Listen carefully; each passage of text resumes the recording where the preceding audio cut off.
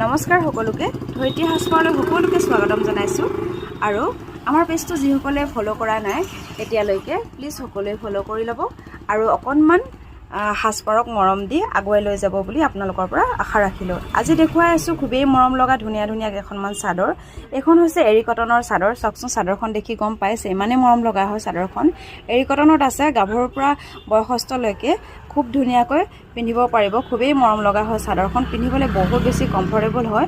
আপোনালোকে এখন মান ধৰিবৰ কাৰণেও ল'ব পাৰিব।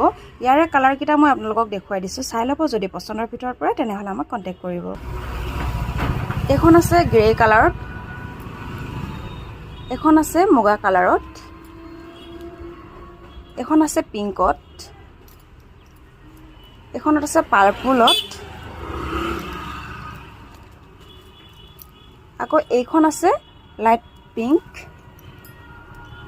এখন আছে গোল্ডেন য়েলো, এখন আছে ব্লু, এখন আছে মেৰুন, আকৌ এখন আছে য়েল্লো।